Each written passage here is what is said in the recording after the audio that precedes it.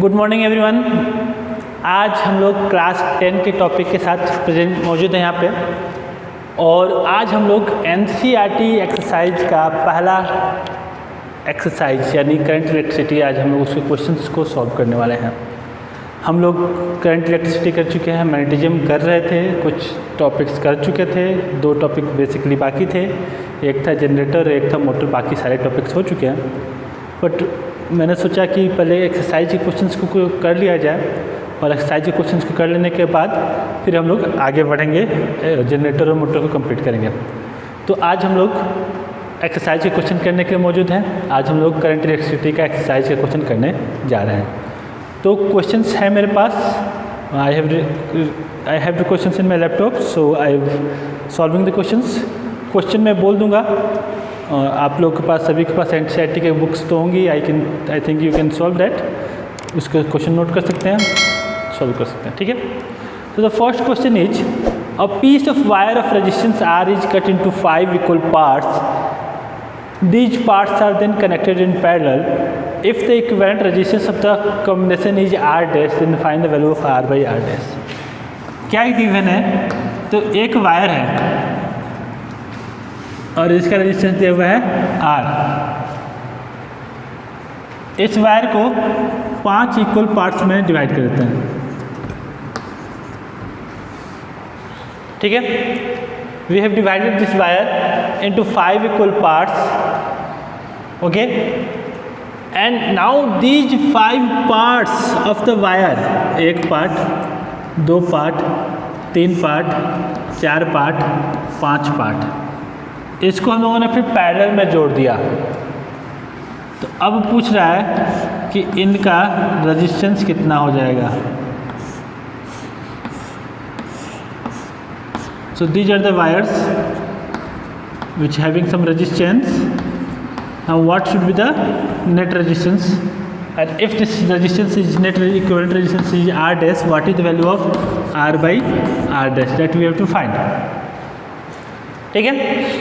तो क्या करते हैं भाई, इसका टोटल रेजिस्टेंस R है, ये तुमको पता है। जब इसको 5 पार्ट में काटे, ठीक है, when the wire is divided in 5 equal parts, wire is divided in 5 equal parts,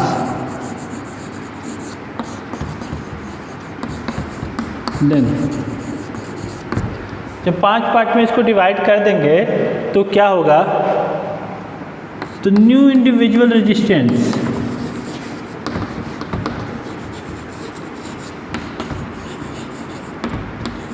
then new individual resistance is equal to हो जाएगा R by 5। एक का R है, 5 पार्ट में डिवाइड कर दिए, तो resistance we know resistance is directly proportional to length. Since length half हो गया तो रेजिस्टेंस भी हाफ हो जाएगा, मतलब 5th पार्ट में डिवाइड हो जाएगा। तो नया रेजिस्टेंस कितना हो जाएगा, R by 5, R by 5, R by 5, R by 5। तो this resistance become R by 5, R by 5, R by 5, R by 5 and R by 5।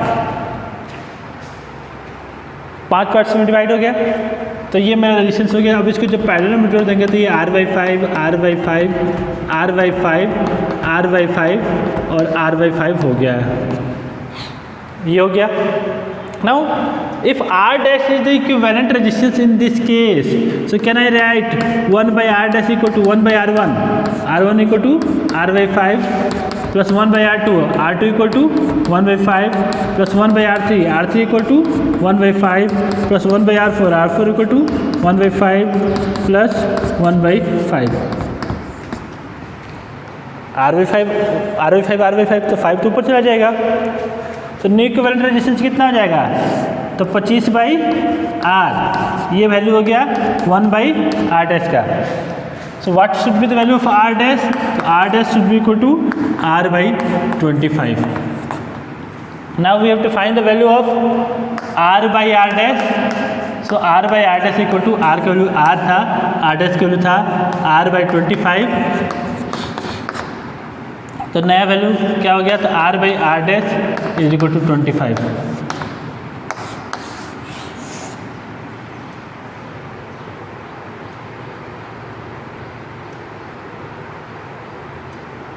ठीक है, so this is a new value. Okay, hope so question समझ में आया। तो इसी के साथ नेक्स्ट क्वेश्चन पे चलते हैं।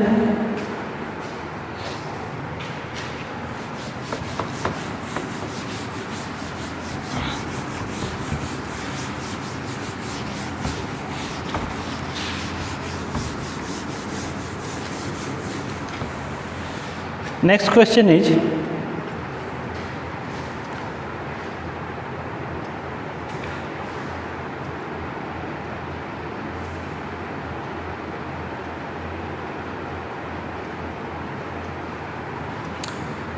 there is an electric bulb which is rated at 220 volt and 100 watt। एक बल्ब है, क्वेश्चन नंबर ये है 3, एक्सरसाइज का क्वेश्चन नंबर 3 है। there is an electric bulb which is rated at, उसका रेटिंग दिया हुआ है 220 volt and 100 watt। The rating of bulb is given as 220 volt and 100 watt. So it is, what is the, when it is operated at 110 volt the power consumed will be। बोल रहा है कि जब हम इसको ऑपरेट करेंगे 110 volt पे तो इसका पावर कंज्यूम्ड क्या होगा। ठीक है, पावर कंज्यूम्ड क्या होगा। So can I say that the power is 100 watt, the voltage is 220 volt, the power can be written as B square by R। That is, we know this formula, power formula होता है P equal to B square by R। अब यहाँ पे क्या constant रहेगा, तो resistance उस bulb का कांस्टेंट रहने वाला है। कोई भी केस में वोल्टेज बढ़ाओ घटाओ, रेजिस्टेंस उस बल्ब का क्या रहेगा, तो कांस्टेंट रहेगा। जब रेजिस्टेंस इस बल्ब का कांस्टेंट रहेगा, इनिशियल वोल्टेज है 220 वोल्ट, पावर है 100 वाट, वोल्टेज है 220 वोल्ट, पावर है 100 वाट। अब रेजिस्टेंस हम फाइंड कर लेते हैं, तो पावर दिया है कितना 100 वाट, पोटेंशियल दिया है 220, 220 इंटू 220 कर लेते हैं भाई, और रेजिस्टेंस हम लोग निकाल लेते हैं। तो रेजिस्टेंस कितना आ गया, तो 484 ओम रेजिस्टेंस आ गया। This is the resistance of the bulb which is equal to 484 ohm. अब इसके आगे क्या है, जब हम इसको 110 वोल्ट पे यूज करते हैं तब मेरा पावर कितना होगा। तो देखते हैं, when it is operated eight,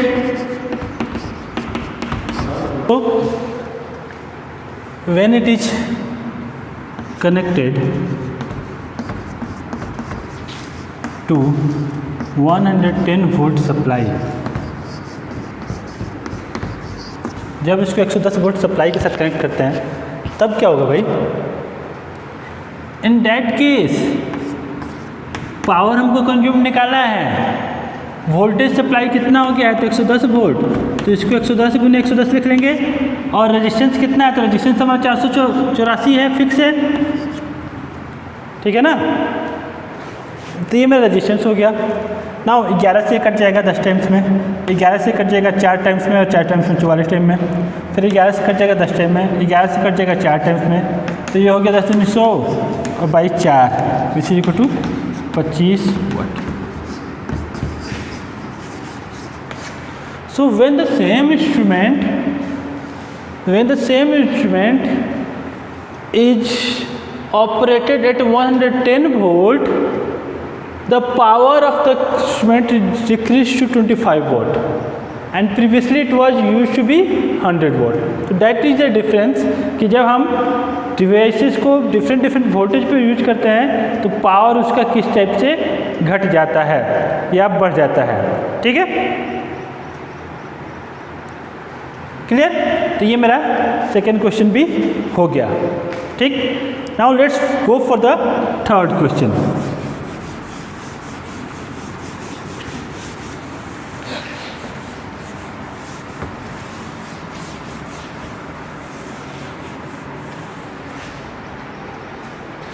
So the third question says that two conducting wires of same materials and of equal lengths and equal diameters are first connected in series and then in parallel in a circuit across the same potential difference. The ratio of heat produced in the series and parallel combination would be. The two conducting wires of same material and of equal length and equal diameters are first connected in series and okay fine. We have two wires, दो wire से wire ए और wire B, भाई length same है, resistance length same है तो resistance भी same हो जाएगा, डायमीटर भी सेम है। तो दो वायर्स जिनका लेंथ सेम है, सब कुछ सेम है, उनको पहले सीरीज में कनेक्ट किया गया फिर पैरेलल में। तो हम लोग पहले इनको सीरीज में कनेक्ट करते हैं,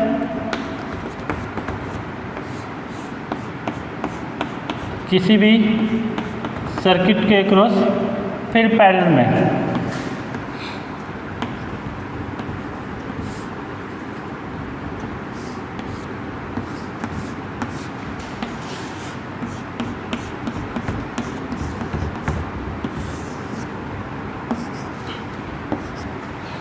ओके, सो क्या बोला गया कि दो वायर्स हैं, दो वायर्स को पहले सीरीज में कनेक्ट किया गया फिर पैरेलल में कनेक्ट किया गया। अब बोला कि हीट डेवलप्ड होगा, उसका रेशियो क्या होगा दोनों केस में। Series heat developed in series upon heat developed in parallel, इसका रेशियो क्या होगा। सबसे पहले जब हम इसको सीरीज में कनेक्ट किए थे तो हम हीट का फॉर्मूला हमको पता है, तो H equal to I square R T. तो भाई आई तो भाई निकालना पड़ जाएगा हमको, तो आई के अलावा भी कोई फॉर्मूला है क्या, तो H इक्वल टू है V square by R into T. तो अभी इस केस में हमको इक्विवेलेंट रेजिस्टेंस पता करना पड़ेगा। वोल्टेज तो हमारा इन दोनों के कुछ सेम ही है जो कि बी है, तो अगर हम रेजिस्टेंस निकाल लेते हैं, तो अगर इन वायर्स का रेजिस्टेंस आर और आर है तो इस केस में सीरीज में कनेक्ट किए हैं, तो लिख लेते हैं when the wires are connected in series, when the wires are connected in series,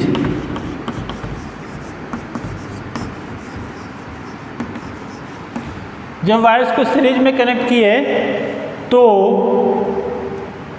क्या होगा, तो when we connected them in series, in that case I can write, since the wires are connected in series, I can write net resistance of the wire is equal to R plus R, which is equal to 2R. Now what should be the heat developed? The heat developed equal to B square by R into T. Let's see, it is passing the current at T time, so the heat developed is T. Resistance 2R है तो 2R हो गया, ठीक है। Now when they are connected in parallel, when they are connected in parallel, जब भाई parallel में connect किए तो क्या हो जाएगा, so let's connect them in parallel, this is the case. So in that case the equivalent resistance equal to 1 by R1 plus 1 by R2, तो ये हो गया R 1 plus 1 which is equal to 2 by R। तो equivalent resistance कितना हो गया, तो ये हो गया R by 2। Okay, so the equivalent resistance in this parallel combination becomes R by 2, and when the resistance becomes R by 2, in that case I can write equivalent resistance is R by 2, series में हो गया 2R। now what should be the heat developed? the heat developed भाई voltage का source तो वही है, तो heat developed in case of parallel is equal to V square by R। R का वैल्यू क्या आ जाएगा, तो R by 2 इंटू टी, तो पैरेलल का हो गया 2V square T T by R, ये हो गया second equation. Now we have to find the ratio of H S by H P. Series के अक्रॉस हीट कितना डेवलप हुआ था, तो V square by 2r into T, parallel के हो गया था 2v square T by R. If I can solve that, V square से बी स्क्वायर कैंसिल हो गया, आर से आर कैंसिल हो गया, ठीक है, टी से टी कैंसिल हो गया। तो H S by H P will become 4:1। तो सीरीज के अक्रॉस जो हीट डेवलप होगा वो पैरेलल के अक्रॉस के हीट डेवलप का 4 गुना होगा इस केस में, यानी हमारा आंसर होगा H S by H P which is equal to 4:1। That is the right answer. Okay, वैसे I haven't seen the answers, so I know from my best of knowledge that answer is going to be true, but if there is any problem persist, मान लो कि गलती हो गई, भाई हम भी तो इंसान हैं, गलती से गलत आंसर आ गया, तो you can tell me my WhatsApp और text in the video link that this answer is wrong और समथिंग लाइक दैट। ओके, तो ये मेरा आ गया पैरेलल का आंसर, ठीक है। तो ये मेरा 2 क्वेश्चन 3 क्वेश्चन, क्वेश्चन नंबर 4 था, 4 क्वेश्चन मेरे हो गए। Let's move for the next question.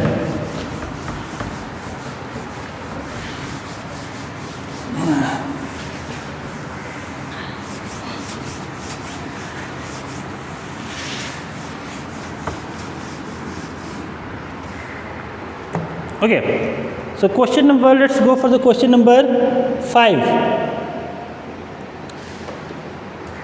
How is the voltmeter connected in the circuit to measure the potential difference between 2 points? बोल रहा है कि 2 पॉइंट्स हैं, तो वोल्टमीटर बता देता हूँ सिंपली। इसके अगर पोटेंशियल डिफरेंस निकालना है तो हमको वोल्टमीटर कैसे कनेक्ट करें? तो एक हम लोग सिंपल से लेते हैं, एक हमारा रेजिस्टेंस है, हमको पता करना है इसके क्रॉस कितना potential difference and voltage drop होगा। Let's some current is passing through it.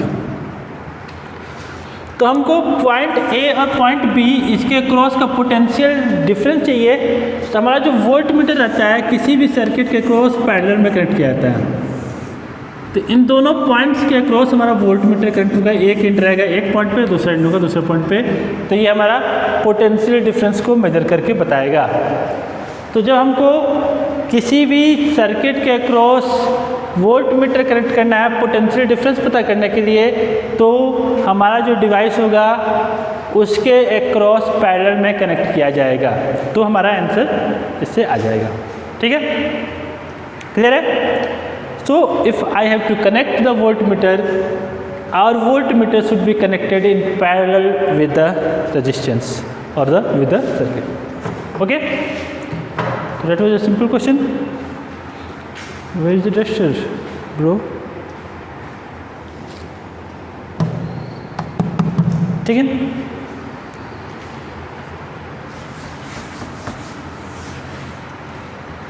Now let's go for the question number 6. Now इसमें बहुत सारे कैलकुलेशंस हैं। Now the question is given as a copper wire has diameter 0.5 millimeter and resistivity 1.6 into 10 to the power minus 8 ohm meter. What will be the length of the wire to make its resistance 10 ohm? How much does the resistance change if the diameter is doubled? Very good question for the class 10th point of view. There is a copper wire whose diameter is 0.5 millimeter. एक copper wire है, इसमें क्या given है भाई, तो diameter दिया हुआ है 0.5 मिलीमीटर, या and the resistivity, obviously copper का रेजिस्टिविटी हमको पता है, इसका रेजिस्टिविटी है 1.6 into 10 to the power minus 8 ohm metre. तो diameter is 0.5 millimetre, resistivity is 1.6 into 10 to the power minus 8 ohm metre. What will be the length of the wire to make its resistance 10 ohm? Resistance पता है, बोल रहा है कि wire का resistance है 10 ओम, तो इसका लेंथ क्या होगा ये हमको फाइंड करना है। We have to find the length of the wire. Now we know a formula The formula is R equal to rho L by A. The resistance of the wire will be equal to R equal to rho L by A. Let's distribute this one. रो दिया हुआ है, L R दिया हुआ है, ए दिया हुआ है, हमको एल फाइंड करना है. Wait. So from here L equal to R A by rho area. ये वायर है तो वायर का क्रॉस सेक्शनल एरिया चाहिए होता है, ये area, not the curve surface area. तो क्रॉस सेक्शनल एरिया चाहिए. तो what should be the cross sectional area of the wire? What should be the cross sectional area of the wire?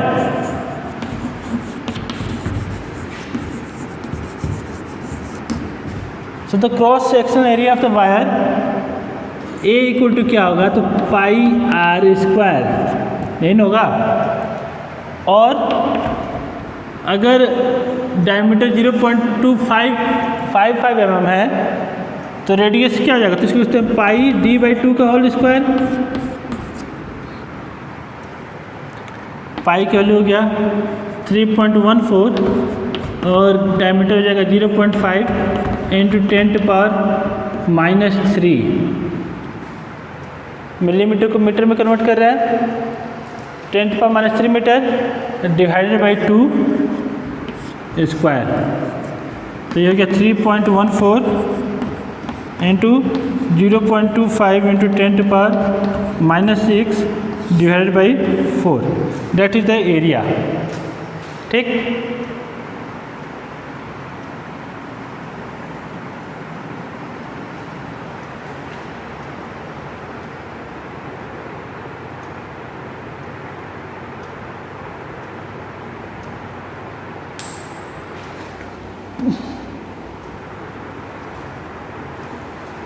Okay. Now, what should be the length of the wire? So L equal to R. R कितना है भाई? 10. Area तो 3.14 into 25 into 10⁻⁸ by 0.2 किसका है? Divide by 4 इधर रहा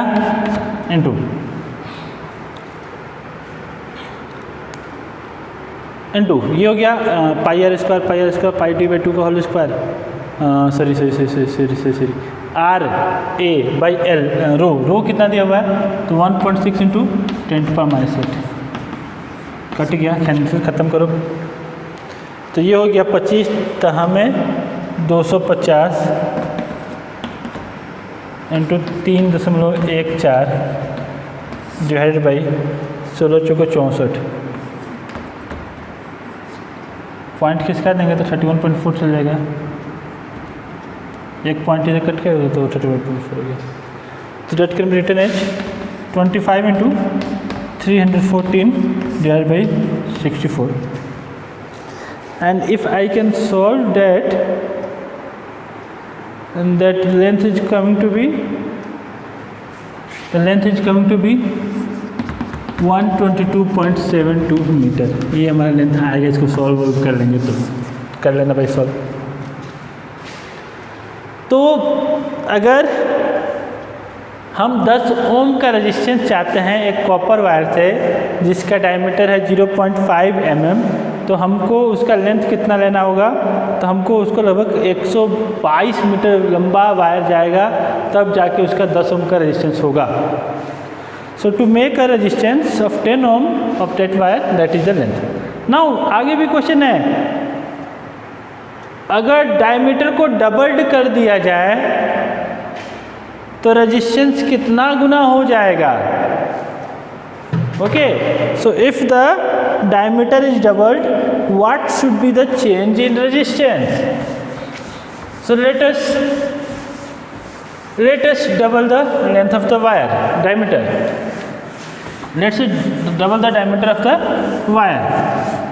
In that case, what should be the change in resistance? So what I know R equal to rho L by A, and that can be written as rho L by pi d by 2 the whole square.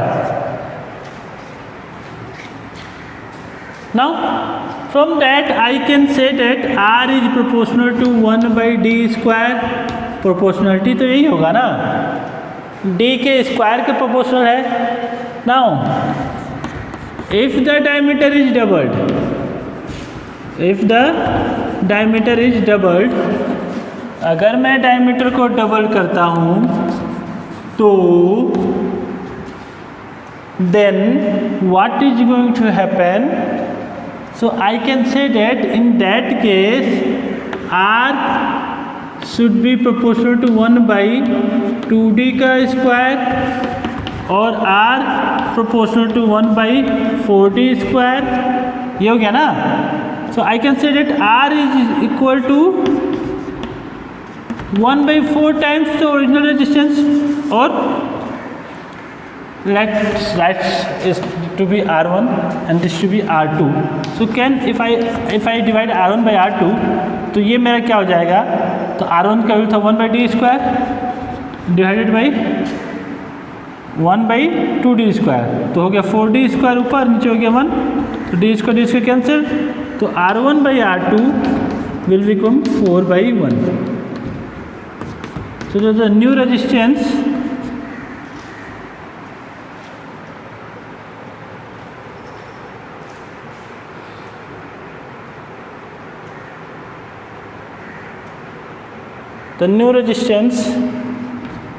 R2 will be equal to 1/4 time R1/4. R1 का value था 10 ओम, तो इसका 1/4 यानी 2.5 ओम हो जाएगा. So the new resistance of the wire will become 2.5 ohm. Okay, चलते हैं एक और क्वेश्चन हम लोग सॉल्व कर लेते हैं भाई.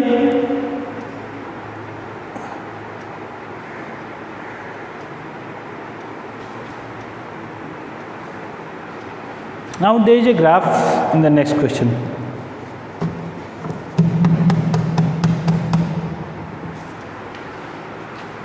There is a graph in the next question.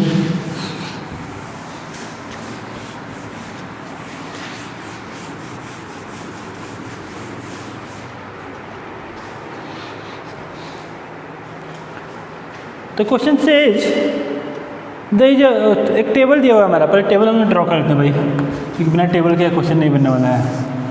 तो टेबल लेके आओ, तो टेबल लेके आ गया भाई मैं. तो एक टेबल दिया हुआ है, टेबल है I वर्सेस B का. I है एम्पियर में और वोल्टेज है वोल्ट में. The current is given as 0.51234, 0.51234, 0.5 ampere, 1 ampere, 2 ampere, 3 ampere, 4 ampere, आगे नहीं दिया भाई. और वोल्टेज है 1.6, 3.4, 1.6, 3.4, 6.7, 10.2 एंड 13.2. ओके, बोल रहा है कि इसका ग्राफ ड्रॉ करो भाई. तो ग्राफ बी और आई का ग्राफ कैसा होता है, तो हम लोग को पता है भाई बी और आई का ग्राफ कैसा होता है. ये हो गया वोल्टेज, ये हो गया करंट, ये हो गया वोल्टेज, ये हो गया करंट. तो हमारा बी और आई का ग्राफ कैसा होगा, तो as we all know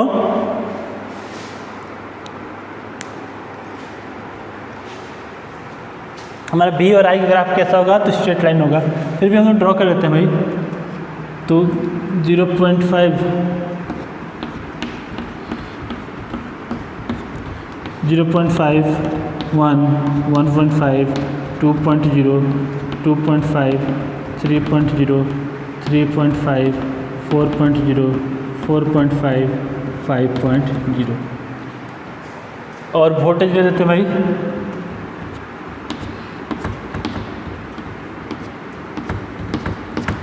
voltage है मेरा 1. हम लोग इसको 1, 2 कर लेते हैं.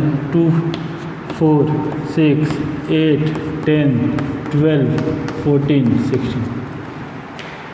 तो 0.5 पे कहाँ है, तो 0.5 पे हमारा है 1.6, यानी लगभग यहाँ 1 पे 3.4 यानी लगभग यहाँ 2 पे 6.7 यानी लगभग यहाँ 3 पे 10.2 लगभग यहाँ 4 पे 13.32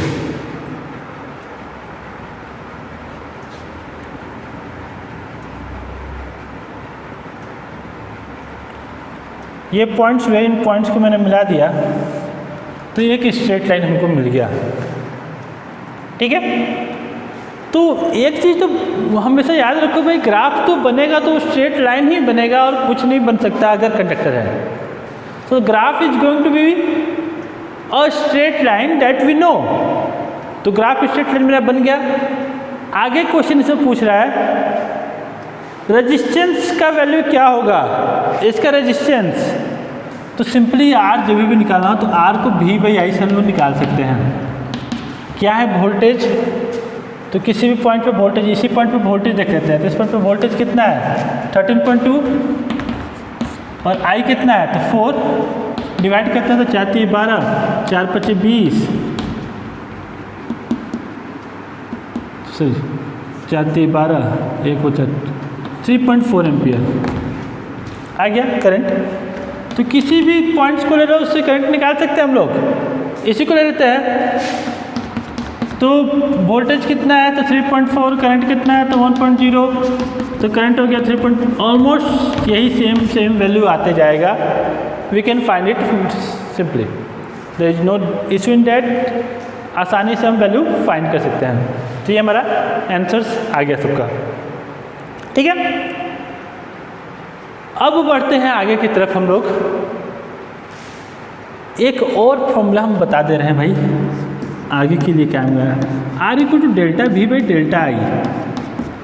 ये फॉर्मूला भी दैट इज डायनेमिक रेजिस्टेंस हमको बताता है। थोड़ा सा आप लोग आगे जाना पड़ेगा इसको समझने के लिए, बट मैं बता दे रहा हूँ। R equal to delta V by delta I which tells about the dynamic resistance of a conductor and the dynamic resistance of a conductor can be found as R equal to delta V by delta I. तो हम लोग दो change ले लेते हैं यहाँ से यहाँ तक। What is the change in voltage, तो 10.3 हो गया वोल्टेज हमारा 3